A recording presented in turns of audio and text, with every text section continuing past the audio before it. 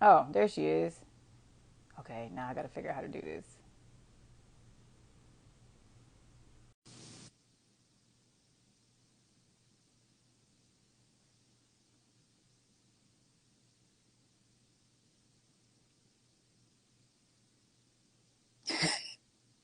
Wrong way. Way Yeah, forward.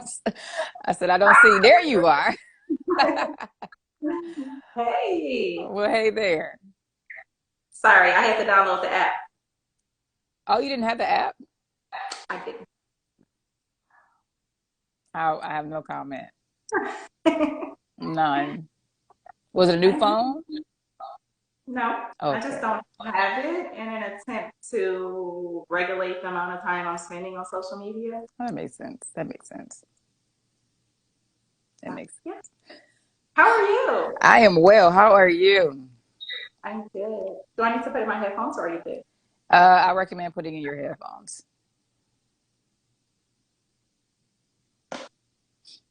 Stay on board.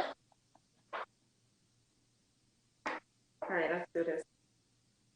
So I'm actually going to let Ebony introduce herself because I want her to give us a little bit of background on what she does in her day job, as well as what she does with her own business. So when you're ready, you can go ahead and let the people know who you are and what you do. All right. Hey, y'all. I'm Ebony. I am a licensed marriage and family therapist in the state of Michigan. I work mostly with couples who are trying to recover from infidelity. I specialize in infidelity recovery. However, I service a wide array of clients, everything from anxiety and depression to couples issues, spiritual things. So that is what I do in my day job. I operate the Christian Wellness Center. We are completely virtual, so you can receive services no matter where you are. Okay, so I'm just gonna get right to it. What inspired you to start Christian Wellness Center? That's a great question. What inspired me to start Christian Wellness Center? So, in my former life, I was a journalist, which I really enjoyed. And then I was substitute teaching. I believe it was to make ends meet. But I got a permanent substitute placement, if that makes sense, Hmm. at a school that had been labeled for bad kids. And so it was that experience, I think, that really pushed for the family therapy aspect because I wanted to see families restored. And when you see people just write off kids, you're kind of like, but why? We can help them, Right. right? So then Christian Wellness Center was born, and we have officially been in business, I think, 5 years. Oh wow, nice. Five is a number of grace. Yeah. That's good. All right. So we talk about relationships today, specifically or particularly how you maintain or navigate maintaining a balanced mental, emotional state when you're in relationships. Now, full disclaimer, y'all, I'm single. I just want to put that out there. I don't know nothing about relationships, right? Hence the reason why we having this conversation. Okay. I know the concept, ideology, blah, blah, blah, when it comes to relationship, but my own personal experience is non-existent. So I've had, It's non-existent, I'm like gonna no say relationships at non-existent. all. Okay. I mean, there'll be a little minor here and there, but nothing intense. To the level of like marriage or even a long-term relationship situation. So anything that I say is purely circumstantial. It's purely from conversations from other people or my own ideology. Okay, I'm just putting that out there. So I have a lot of Okay. questions, mostly questions, because this is basically an uncharted territory for me. But I'm gonna get right to. I'm gonna ask you, but you can answer it how you feel, best to answer it. Okay. Particularly when it comes to marriage and that two becoming one. How do you maintain your own self identity, individuality when you're basically merging your life with another person?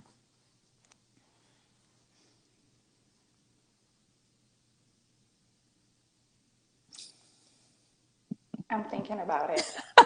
Right. Because it is a really hard question, especially as women, because we are taught, if you will, from the beginning, right? To be nurturers, to be caretakers, to put everyone else first and to put ourselves last. And so even when you talk about merging, I think that's just the word. Like we are merging two separate people, right? Together to become one. What that looks like in real life, I I think that's done in more of a spiritual sense, Okay. right? When we're talking about merging. So what that looks like in real life is hopefully we on one accord spiritually, but I had an identity before you. I want to maintain identity when I'm with you so that if you die first, I still have an identity after you, right? It is, it's important because a lot of times we see things like, especially women, get into relationships, we lose our identity. Let's just say you have kids, right? If you can do that, you have kids, you put your identity into your spouse and your children, and then your children grow up and they leave the house, and you're kind of just stuck, right? You don't know what to do, you don't know where to go. Like your identity feels like it's been taken from you. Mm. Things it is just a matter of really being intentional and saying what is for me. I don't need to do everything with my spouse. We don't need to have all of the same friends. We don't need to like all of the same things. I don't need to conform. Compromise, right? Not conform. You like football? I don't like football, but I will watch a game with you every now and then, right? Like, what's your thing? And really just remembering, being intentional about what's my thing and making sure that I am taking care of myself just as much as I'm taking care of everyone else. So is there like a fine line between the compromise where I'm giving of myself for the sake of the relationship versus I'm ultimately becoming someone else for the sake of the relationship? There is a fine line. It's about balance, right? And what your balance looks like. Every relationship is different. What a military wife needs to give, I don't need to give as the wife of a minister, right? And what I need to give as the wife or someone who's directly involved in ministry is not what someone else needs to give when their husband works a corporate job, Right. right? So that balance is sensitive and it takes a lot of trial and error. Like we will fail at it and realistically probably feel horrible about the fact that we failed at it before we actually find our way and our thing. And Dia said that's a tough question. She's right. You're right. That's a tough question. I don't even know if I answered it. I think you answered it.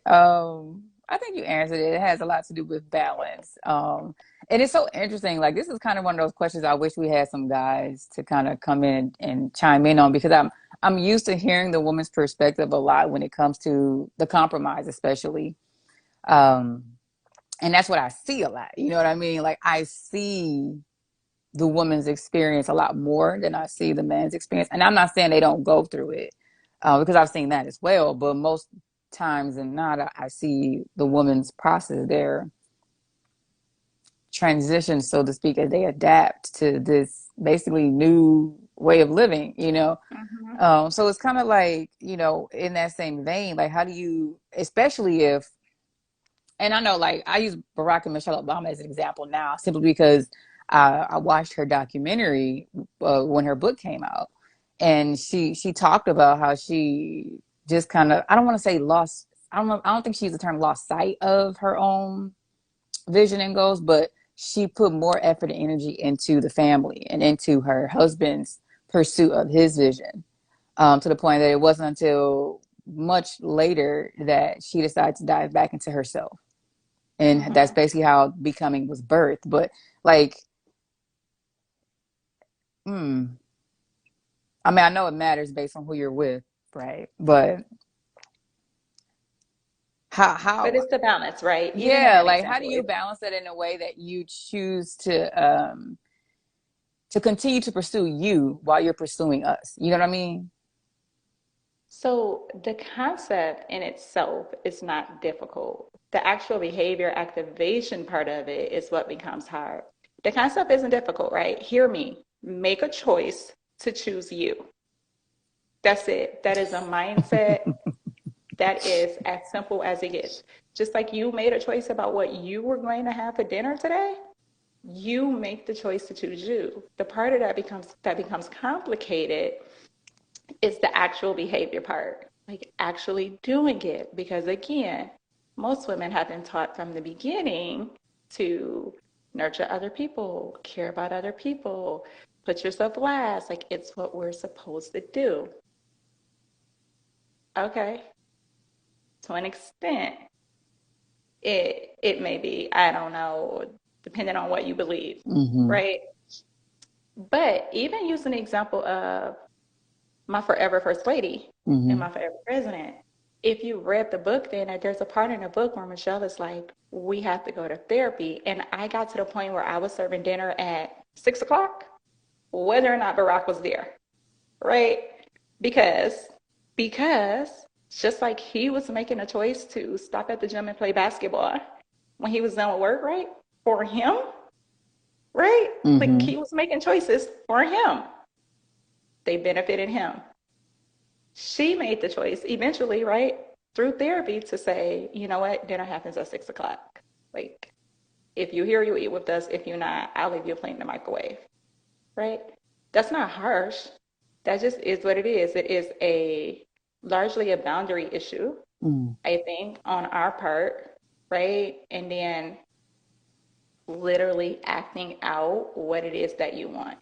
Self-care isn't selfish. And you can't even pour it into someone else at your best if you are not giving yourself your best. Oh, that's right.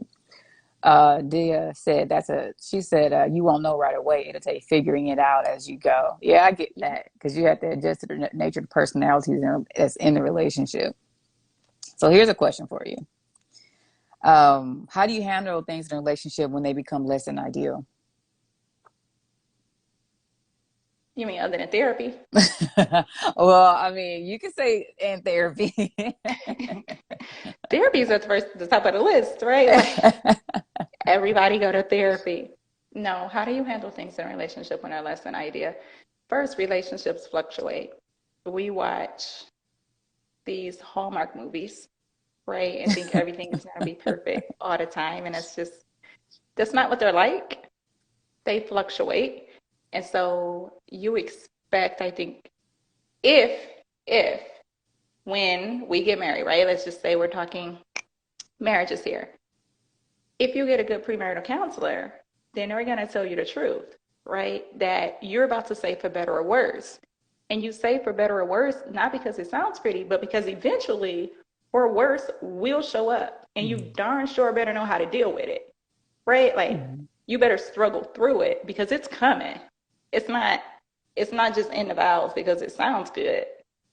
So if you get a good premarital counseling and counselor and we're talking marriage, then hopefully you get a real life voice Mhm. at what it's like to be married. And hopefully you listen, right? Hopefully you're not one of them people that's just like, but we're in love. And Mhm. like my mama told me a long time ago, love don't pay the bills. that's not Right. that's not what it is. So if things aren't ideal, it's got to go back to the communication, Mm. right? But the communication has to be clear. That's not just me being passive aggressive. That's just not me saying, well, you should know. I shouldn't have to say it more than once. That's not me thinking you should read my mind, right? That's me opening my mouth, using my I statements, telling you what I need, how I need it, when I need it, like being very clear and hopefully us working together to figure out what needs to happen so that things become ideal again. Okay. So here's a scenario for you, or yeah, I'm gonna call it a scenario. So if you're in a situation where, say that at the onset of the relationship, there's been some self compromise for the sake of the relationship, right? And then as time goes on, the relationship evolves and you realize that you want to go back to or become a better you, um, as far as what's considered to be boundaries or what's considered to be important to you. Like if I want to make sure I word this the right way. The communication never stops. D is right. Right, the communication never stops. But like, how do you like mm, prioritize your self worth in that situation so that what you value about yourself um becomes more, I don't want to say more important in a relationship, but I don't know how to ask this without like, I don't quite know what you're asking either. yeah, I don't know how to ask it without like saying the wrong thing. Like, you know that you compromise for the sake of the relationship, and you know that you made it to a point where you realize you can't compromise anymore. Do you leave the relationship or do you work through it and see what happens? Depends on how important a relationship is to you and whether or not you have a supportive partner, right? Ideally, I would like to say, work through the relationship, see what happens. Like, hopefully, we're just not up and leaving people because I decided on Tuesday, you know what? I think I want to set some better boundaries. Like, I think I'll start with you. I'll leave you. I tell people this all the time about boundaries. One, not everyone needs to know your boundaries. That's situation dependent, Mm. right? You will get the clue. If you, I don't even know, keep cussing me out, and I've set a personal boundary for myself that I don't want to hear Janae cuss me out. If every time you start cussing, I say, all right, I'll see you later, and I exit stage left, guess what happens? Eventually, you get the clue, right? That every time you cuss, I exit. I don't need to communicate that to you. There's some boundaries that don't need to be communicated. Like, they just don't. They're for you, so act accordingly. Be accountable to yourself, Mm. not someone else. Okay, that was the answer. Being accountable to yourself. That makes sense. That makes a whole lot of sense. And even when we talk about relationships, we say stuff like, oh, it's 50-50. But is it 50-50 what? Right? Because I'm coming up on what, 8, 9 years of marriage? It ain't never been 50-50. Ever. Okay? Like, there are some days I give 60 and Aaron can only give 40. There are some days he can give 90 and I can only give 10. Like, this is day to day, but have we ever been on a day where we have been 50-50? You really got to dive into that language and figure out what are you even talking about when people say stuff like that? Like, what does that even mean? I don't even know what that means. You want to Yeah. be equal in everything all the time? No, no. No. So what? So when you talk about equality, since you brought that up, what's considered to be equitable when it, I guess equitable, because this is technically a different term, but how is that different? Like, how does that work in your relationship? Because I know every relationship is different, and what some people do in their household is obviously different than what other people do. But it's kind of like, how do you get to that point where you recognize the balance? I guess I'll use the term balance in this case. That way, Yeah. you're not like, so it's not one person that's giving the whole hundred the bulk of the time. You know what I mean? Because I feel like I see a lot of times where it's like you see a lot of the weight is mostly on one person's shoulder in a lot of aspects. So like typically people are like, oh yeah, the man is supposed to be the provider financially and all this other kind of stuff, and the woman's supposed to be like the keeper of the home, and we can go back and forth about all that. But I feel like even in that kind of situation is not necessarily an equitable situation, because going to work and coming home is very different than going to work, coming home, and taking care of the kids and making sure the laundry's done and making sure the dishes are clean and making sure the food has been cooked and everything is ready for people to eat. You know what I mean? Yeah. What was the question? Equity. Equity. It has to do with finding that balance. I think I would personally like us to simply get rid of the concept, right, of equity. Like, your balance is your balance. What works for your relationship works for your relationship. Whatever that looks like. you figure it out together. When you talk about the very literal thought, right? When you talk about being equal, I'm like, okay, you do 50% of the housework, I'm gonna do 50% of the housework. You gonna pay 50% of these bills, I'm gonna pay 50% of these bills. Like, you gonna take care of these kids. It's your turn. What's today? Wednesday? Like, it's your 24 hours, right? Like, that's not a it's not even a true concept in itself. So why not just say what it is that we're trying to say? And being equal is not. We're probably realistically trying to say something along the lines of like, I want a partner who's gonna work at it with me, Mm, right? Like every okay. day. I want you to get up. I want you to work at it with me. Don't want you to be equal? No, there's some days you can't match in a very basic sense of being equal, right? Like there's just some days you can't match that. So because I couldn't give you 50% to match your 50% today, like what you gonna do now? Now we're just in a place of chaos.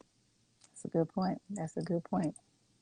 So you said that you focus on infidelity recovery. Like, what is that process like? Because I mean, I'm gonna use that one as an example because I know you said that's your target group. But when people are in situations where there's this broken trust or betrayal, like, what do you, what is your process with them and helping them, like, because I'm pretty sure like the person who felt betrayed goes through this period of questioning a lot of things.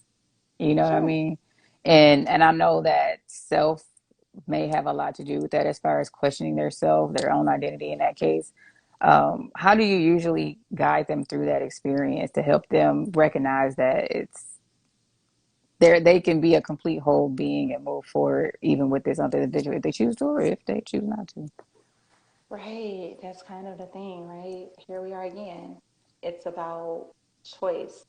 I think our process looks like when we talk about infidelity recovery, really, if we're talking about marriage, right? Specifically, understanding the makeup, if you will, of an affair. What does that look like? And and moving on from there, like you put all of the information on the table, whatever that looks like. We understand what it takes for an affair to happen, right? We go through the whole process. Like, was it a one night stand? Was it a full fledged affair? Because those are two completely different things. You're talking about two whole different sets of a healing process there, right? We talk Well, about what's the like difference? between a one night stand and a affair, the healing process between the two. Yeah, yeah. What's the between the healing process between the two? So, a one night stand, generally speaking, does not require, I want to say this correctly because I don't want y'all in my inbox later. As one night stand, generally speaking, people are more understanding. Whether it's a man or a woman who committed the act, right? They're usually more understanding. They're like, it was one night. So we can get through all of the processes a little bit faster. We can get to the forgiving, the healing, the moving on a little bit faster. It takes a lot more effort, a lot more work, if you will, when you're talking about a full-fledged affair, right? Because in a full-fledged affair, whoever the partner is that has been hurt usually feels like everything about their life has been a lie, Mhm. right? And so we have to deal with all of that and getting them to understand that just because this happened does not mean that everything else was a lie. And that's one of the major differences. Like, feeling like everything that's happened, whatever, over the past 5 years we've been married was a lie compared to, okay, this only happened one time. Let's figure this out, right? So that's one of the biggest differences. I don't remember the question I was answering before you asked that though. So You the process, basically how you guide people through the process of the infidelity recovery, oh, the process, yeah. We don't rush the process, right? Generally right? speaking, on average, research tells us that it will take about 2 years to recover from Really? infidelity within a marriage. And that's if you're doing the work, right? And that's not 2 years of like feeling like you want to cuss your partner out every day. That's not 2 years of like horrible days. it's 2 years. It's generally speaking about 2 years before you can look back on it and remember what happened, but not feel all of the pain attached to it. Mm. So how do you deal with that pain part? The memory, you know what I mean? Because, memory is like branded in your brain. It's not something that you just forget the day after tomorrow. You know what I mean? Yeah, that is that process, that 2 year process, right? Is part of what helps you deal with, we call them triggers. All of the triggers, which are really nothing but memories, right? You see something that reminds you of something, it's a trigger. Like you have a memory. How do you deal with those memories? At the 2 year mark, hopefully you are able to self regulate, whatever that looks like. I like to see it look like for couples to be very open and honest. Like we will talk about this as many times as we need to. And that doesn't always need to be a 5 hour discussion. Like sometimes it just looks like, hey, I rode past this store today and it reminded me of this. And your spouse can offer a hug or whatever it is that you need, a quick apology, and then you're going about your day. Like it does not need to be forgotten, but chances are at the 2 year mark, you won't be bringing it up every day, right? Like chances are at the 2 year mark, you don't forget, but you can effectively live with it. Like it no longer affects your life in the moment. Mm, okay. In the moment. How does that like your mental and emotional state? Like I know it's different from person to person, but I can imagine like there's a whole other process on an individual level that someone has to go through to help heal from that experience. So is there Sure. like a like work that people do as a couple and then work that people do as individuals to help with that process? Yes, right. Three things has to happen. You have to heal. Your spouse needs to heal, especially if they're remorseful, right? A lot of times they're dealing with a lot of shame and a lot of guilt. Though they made the decision, there's still a healing process in that for them too. So you need to heal, they need to heal, and then the marriage in itself needs to heal. What typically happens is that we tell each person that they need to seek individual counseling, right?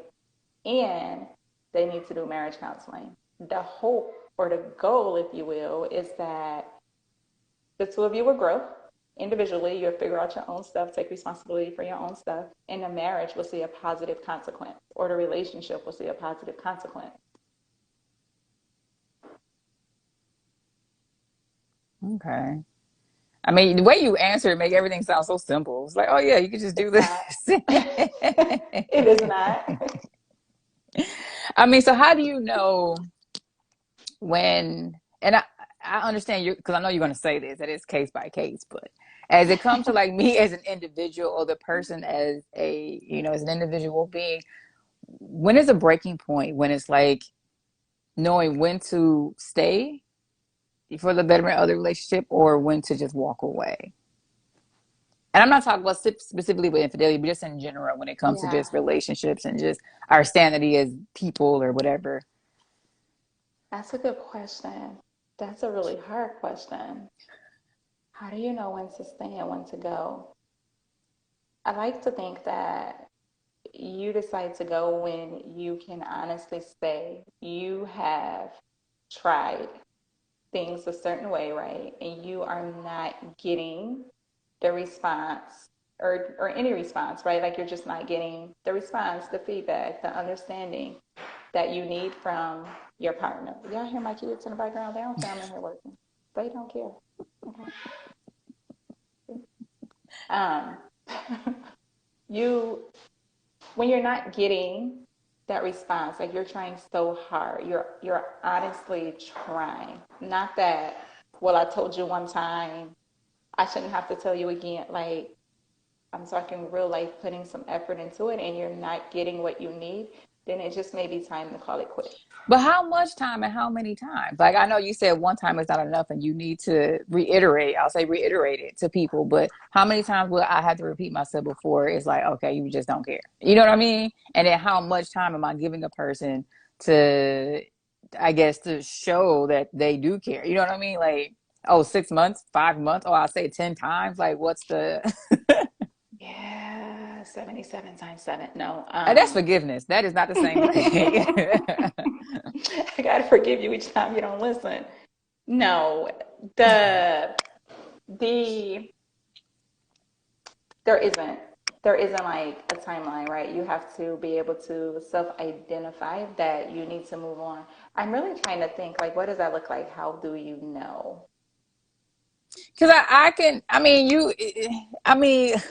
I'm trying not to like, You okay, you need so to I see can some put, effort, okay, right? okay, Like I need to see, you need to see, we need to see some real effort. Like old habits die hard.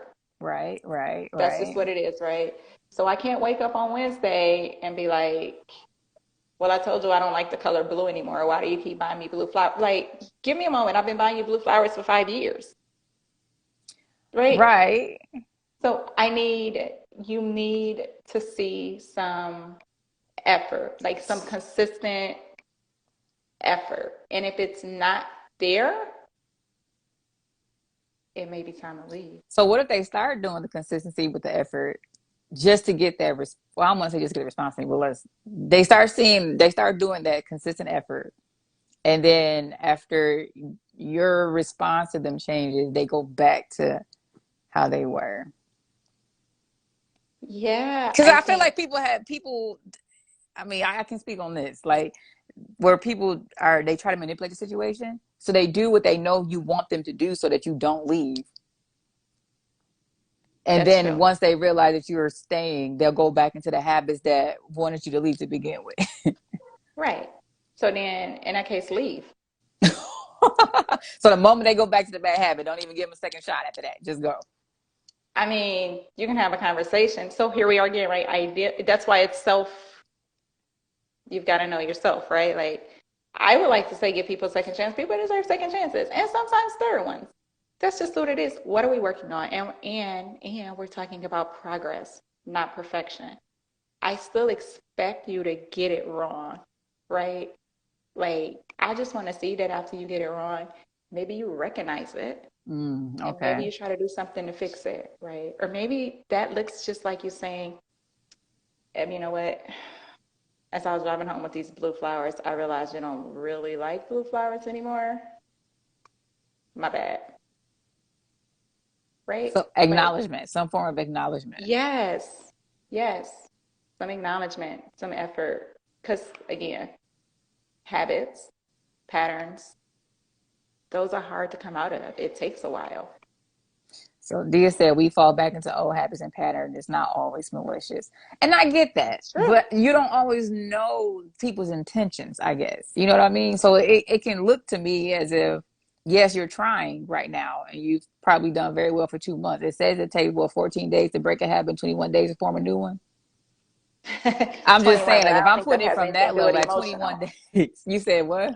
It I doesn't don't count think when it's emotional. emotional. Really? I don't think so. So you think it takes what more time when it's an emotional habit? Have you broken an emotional habit in 21 days? I don't even know what emotional habits I have. That's a whole different conversation for me. You know what I'm saying? I don't even know. So what is that? Give me examples of emotional habits. Dia said you don't Oh, I need don't to know. know I ain't got no. intentions. It's about impact. It's about impact. That is very true. What you It is mean you don't about have any the. emotional habits? No, I said I don't have any examples. I can't give any. Oh, I mean, so it's like that concept of emotional habits. So it's like I don't even how would you define that? What does that even mean? So wait, go back for a minute, right? Because here's what this would look like when we talk about people falling back into old patterns. There's always telltale signs that someone is getting ready to fall back into an old Mm. pattern. We could compare it to something as simple as a child about to have a temper tantrum. If you know your child and if you're paying attention, you know that certain things start to happen before a temper tantrum takes place, right? You're hyper, you're jumping up and down, you're not listening when I say something. Something is about to Mm. happen. At that point, it becomes about being preventative, right? Like again, I've been married, I don't know, 8 years or something. And like there's habits that Aaron and I have been working to break, right? 8 years in, we're still working on breaking some of these habits. But there's always telltale signs that this is about to become a habit again. Like Mm, we've broken it. Now we're about to go back into this pattern.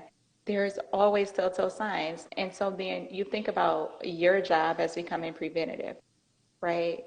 Okay, I'm just going to point this out for you. A equals B. The last time we got to B, we were at C. I'm trying to avoid being at C.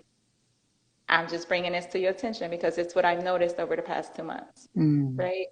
Hopefully you have this type of relationship where you can actually say that, like you can be open and honest. It doesn't take anything more than that. It then becomes their turn to self-correct, mm, if you will. mm. Okay, that sounds simple enough, at least in Theory, words. Yeah, yeah. Okay, so these emotional habits you're talking about, I'm gonna get back on that because I feel like that's a very emotional important habits. piece. Yeah, because the emotional aspect I think is particularly when it comes to relationship, and I think this is true for any kind of relationship, family relationship, friendship relationships, whatever. Is like that emotional aspect of it is what I think affects a lot of our other responses. So if I'm hurt emotionally, I think that will impact me mentally. It can impact me spiritually if I let it. It obviously can impact me physically because it can affect how I respond to myself. But how do you like unpack that emotional habits and how do you even know how to label those so you can know how to correct those? How do you unpack them? How Because do of you know that, how to like an label them? emotional habit is like I cry. Like what would be considered an emotional habit, you know? I cry whenever you yell at me, or I get easily attached whenever you do something nice to me. Like what? Like, can you give me a So, definition? Let's start so there. they don't need to be negative, Okay. if you will, right? Well, with anything, just like a consequence, there can be positive consequences, there can be negative consequences, right? Like we can have what we would consider positive emotional habits, or I won't call them negative, I will call them like problem saturated. We could have problem saturated, Okay. right? Emotional habits. And what does that look like? A lot of times in a relationship, it really can look like not knowing when to walk away. Mm. What makes you think that something's going to be different this time with your partner when you've seen the exact same patterns in the past 3 guys you've dated? Mm. Mm. What proof? Here's the thing, right? The difference between what we know to be true and what we feel. Just because you feel like something is going to be different, what are the facts, right? But again, a balance between the both. I don't want you thinking with just your emotional mind. I don't want you thinking just with your logical mind. I want you to find a balance between the two. But if we're talking about habits, you dated 3 guys, right? Like this is guy number 4.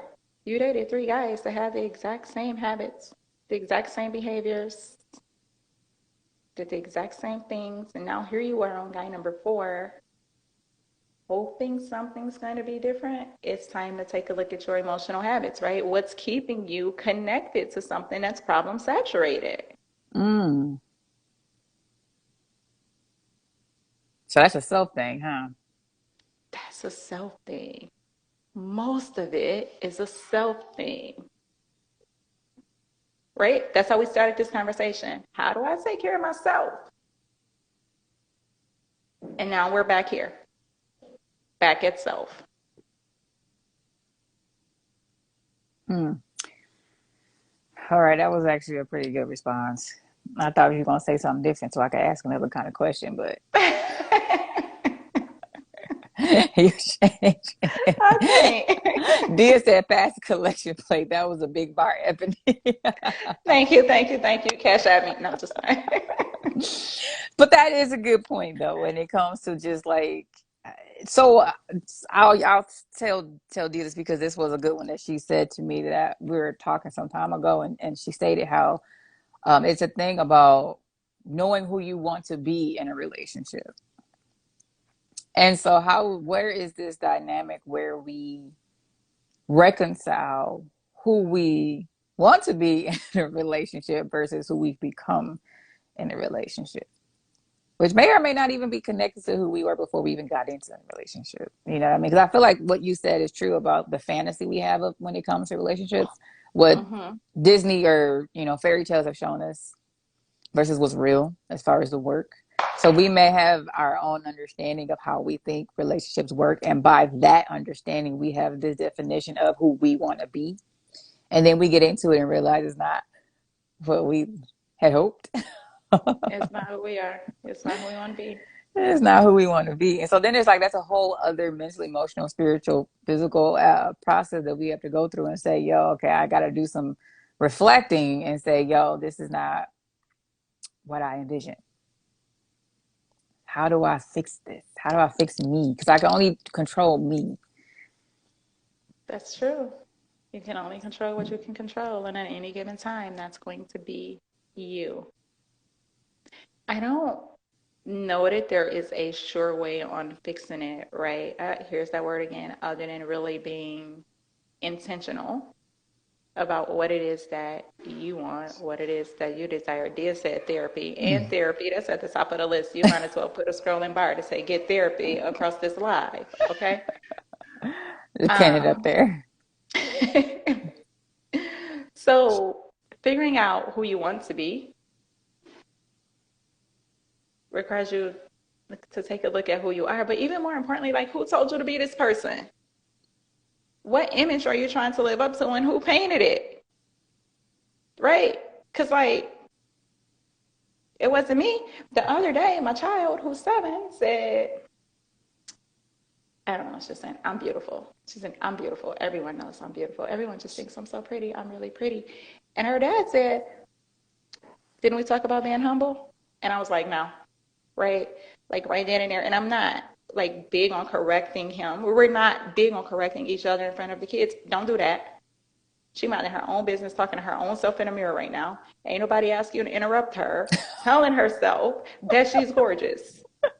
Okay? Like, let her be. Because again, in good intention, you're trying to teach something good right now. Like you're trying to teach her how to be humble. I don't take that away from you. But no, because at the same time, you're running her self-esteem, right? Mm. Like, that's a 1-year-old, y'all here. That was a mama look. At the same time, though, right? Like you telling her to be humble, you're running her self-esteem, right? You're gonna cause her to have something called imposter syndrome when she grow up because she's gonna feel like she can't express. Leave her alone. She's in her mirror, minding her own business, talking to herself. So again, whose image? Who are you trying to be? Yours? Somebody else's? Who my mama told me I should be? What my great grandma made it look like? Mm. Okay, so then how do you create your own image then? Like, and you said it best when you said women in particular are brought up to believe that this is the role we're supposed to play when it comes to family, when it comes to relationships. So how do you unpack that and then like really create your own image? You know what I So mean? after you go to therapy, okay, you make the decision to do the behavior activation. Listen, the emotional stuff you can figure out in therapy. Truth be told, the hard part for most of us is not figuring out what we want it to look like. The hard part truly is doing it, right? But here we are again, more unpacking. What you scared of? Mm. Right? Like, what's preventing you from doing something? What other people think? I don't know. But that is something to unpack in therapy. Like, everybody just go find a therapist. It's not difficult. Psychology Today, pick one. Okay? Like, just go sign up and you will discover so much about yourself because you gotta know where the root of a lot of this stuff is in order to truly change it from the inside out. So you mentioned behavior activation. So is that just like the application of the work, or is that like what is Yes, behavior? Okay. yes, it's just that, right? Like actually doing the work. It's not enough to know. It's never going to be enough to know. It's not enough to know how to communicate with your partner. Did you do it? Like, did you use all of the steps, right? Like, did you break down what you're really feeling? You can't just be like, I'm angry. Don't nobody know what that means, right? Like, it's 2021. I mean, I can't What just say are that. you? What you mean? You can't say that, right? Why not? It's true. Because you've got to decide whether or not anger isn't a primary emotion. What? There's something underneath it. What leads you to being angry? Something happened, right? Frustration, confusion. Ain't frustration, anger the same thing? No, no, they're not. See, What? one leads to the other. What's the difference? Frustration will lead to anger. Feeling disrespected will lead, it will look like anger, right? So really think of it as an iceberg. What you see on the outside is like the tip of the iceberg, that's the anger. But then what you see underneath the anger is the rest of the iceberg. The big mass is underneath the water, right? That's all those other emotions. The frustration, the disappointment, whatever it is, right? It's underneath the water. But what I see is the anger because that's what it comes out as. So I have to say I'm angry because I'm disappointed. I feel like I just said the same thing No, twice. nope. Because anger and disappointment are two separate emotions. Okay. If I say to you, Janae, I'm disappointed in you, you hear that differently than me saying, Janae, I'm angry with you. I mean, in both cases, I'm gonna ask what happened. You are. But can we agree that they're two separate things? I guess disappointed is less intense, maybe. Perhaps, however you define I it. mean, yeah. But it's different, right? Like if I say, I don't even know, Janae, I'm frustrated with you. And I say, Janae, I feel disrespected by you. We're talking about two separate things still, right? Yes. Like they are not the same. So a lot of times we say words, angry, happy, mad. I could also be ecstatic, which does not quite define happiness, right? Like it's a little bit more, this makes me happy. This makes me joyful. We're not lumping all those together because those are different definitions and they're on different levels. Mm. Right? So define whatever it is that needs to be needs to be defined, and watch your communication improve. People understand it better. Wow. Because you know So, what people argue? People argue, what are you angry for? You shouldn't be angry. Like, you don't have a reason. But it's different if I just say what it really is. I but feel it's disrespected. angry. It's what it shows up as. Right? It is like I don't even, it's like you have a common code, Okay. right? You can Symptoms. treat the code, right? Like you could treat the code, but then you go to the doctor and you really find out you have a flu, and you Uh-huh. can't figure out why you're not getting better because you keep treating all of these symptoms, but you're not treating the root cause. Like it's the flu. Maybe you need an antibiotic. I'm not a medical doctor, but you wasn't buying an antibiotic over the counter. You was just taking Tylenol. Like it's it's different. Some of the symptoms may look the same, but it's different. Okay. That makes sense. That makes sense. So how it manifests versus what build up to it. Okay. All right. Call it what it is. I guess I gotta I Call it told what it is. I told my therapist that I need an emotion will because Yes. clearly I'm not doing a good job at defining these emotions. Get one, girl. Just print one off of Google. I mean, man, you said primary emotions, and so what? It's supposed to be secondary. It's like the colors. You know, got primary It colors and is. It's just secondary like the colors. colors. Yep. Seriously? Primary and secondary. Yeah. Wow. Ask your therapist. She'll tell you all about it. But okay, all right, but that helps in communication. So it's one of those things that's Right? necessary. All right, Think of it in a more simple sense. Even using the example of colors. When people pick colors for their wedding and you're like, it's a periwinkle. it's Sis, blue. it's blue. No, it's not. If you put all of those blues in a line, like this, it's this blue, right? Like it's not the dark blue down there. It's not. they're different, though they may appear to be the same. You got to know what you're talking about in order for someone to understand it, right? You can't explain it. You can't Hmm. explain it if you don't know it. And then you don't have the right to be upset that they can't comprehend it because you didn't explain it. You don't even know it. You sound like Dia. Where's she at? Did she leave? She said the same thing about boundaries. Like, you can't get mad at them if they didn't know and you didn't define it. And I'm like, You didn't why we got define to use it. all You these gotta extra call it. words? You gotta call it what it is. Pass the collection plate, dear. Man. So basically, living as a person is work because you live with other people. That's basically what I'm hearing. That is that is a lot of true. It's a lot of work. You hear all this noise in my house right now? It was quiet when we started. Yes, it was. So yeah, okay. So that, I mean, all that's pretty clear.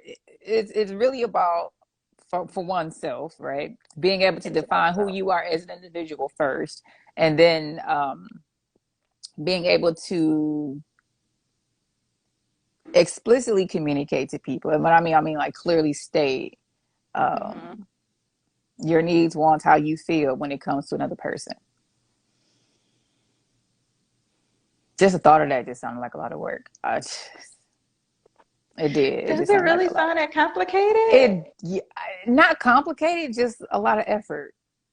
Because when it's just you don't have to think about that. Now this is me talking. I can talk about being single. I'm good at that. Yeah, When it's just you can talk to yourself all day and use whatever words you want to use because you understand yourself. You know what I'm saying? You true. don't have to try to That's true. define anything to you because it's you. You understand. Even if you skip a even if you skip a word when you write in your diary, you can read it and know what you meant because it's you.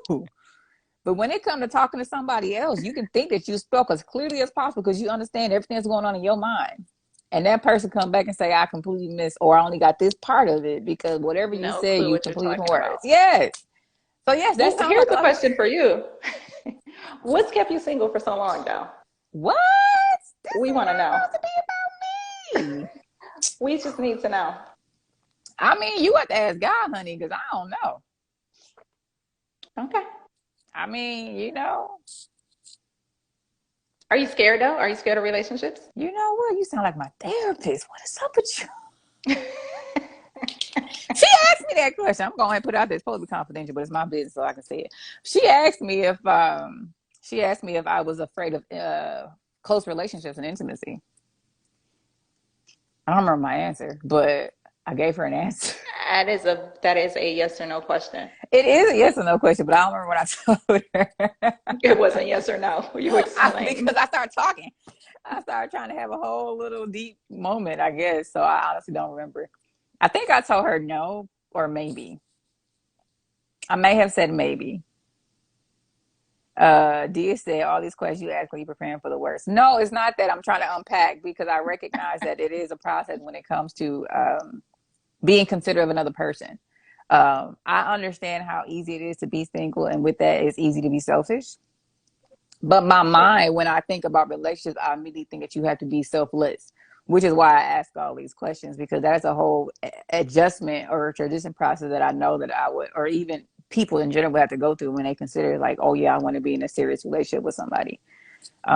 So yeah, there's a lot to that because you want to be you. You know, I mean, I've Mhm. I've been in the process of working on me. So I can be a better version of myself, and I don't want to lose that just because I decided I want to be in a relationship with somebody else. You know what I'm saying? So yeah, there's a lot to that because it's like you have to communicate, and I haven't had to communicate most of my adult life when it comes to that because I haven't had a reason to. You know what I mean? Has it been necessary? Fair enough. We recognize though that we can practice our communication techniques in any relationship, right? In I'm, any interaction. I'm working on that. Working on that. I'm working on that. Cool. Yeah, that's a process too. Because again, when I think I'm communicating, other people tell me that they didn't get it. It's, you know, Other people tell you what? that what I communicated is not how they received it. Yeah, it's the difference between intention versus impact. Mm, yeah. What you tried to say compared to what actually happened. Right. Yeah, exactly. Dia said there's always a reason to, even if not in romantic relationships. I agree because there are friendship relationships, there are family relationships, there are coworkers or working relationships, professional relationships. So absolutely. Am I frozen?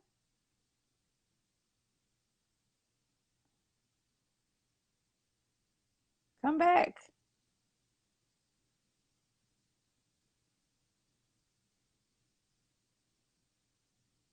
Oh, she left.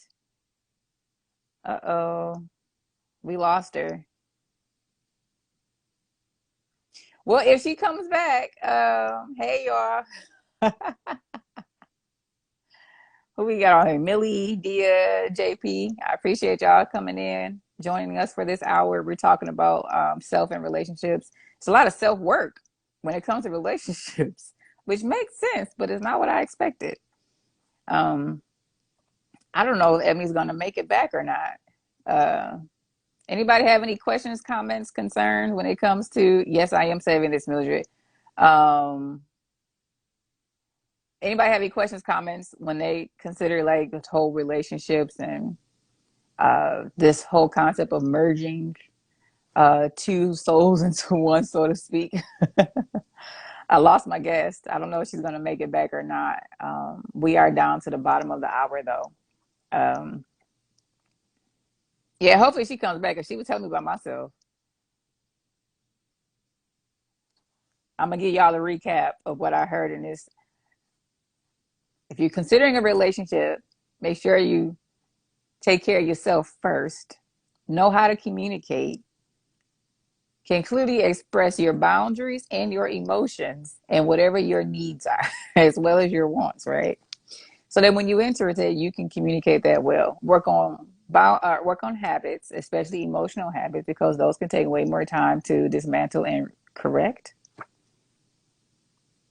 And be conscious and considerate of your significant other.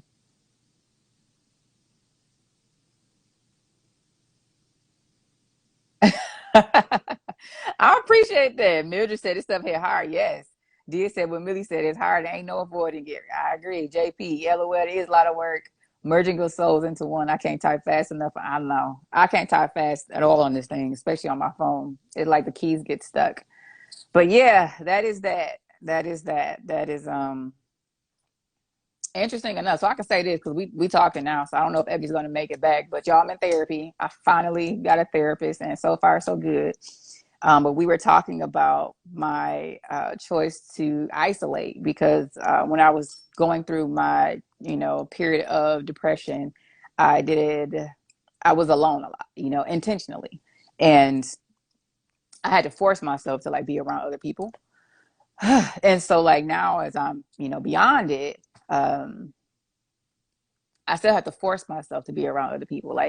It's so easy for me to be by myself. Like I can literally be in my room alone all day and not feel any type of way. But like when it comes to being around people, it requires me to actually like be intentional about it. And thank you to be intentional about it. And so there are some moments where it's a lot easier than others. And I was talking to her because I was asking her, I was basically implying or suggesting that maybe this choice to be isolated is a residual effect of having gone through that depression where I'm just choosing to be alone simply because I had done it for so long, which in that case led us to having a conversation about whether or not I'm afraid of entering into relationships. And I don't think I'm afraid, but I do recognize I have a lot of work to do because it's easy for me to be alone.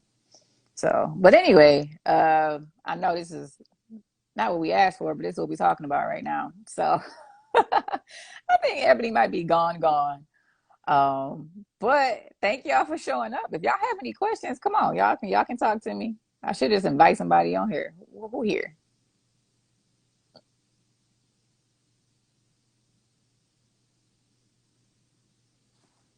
I'll save it for next time. But that's it, y'all.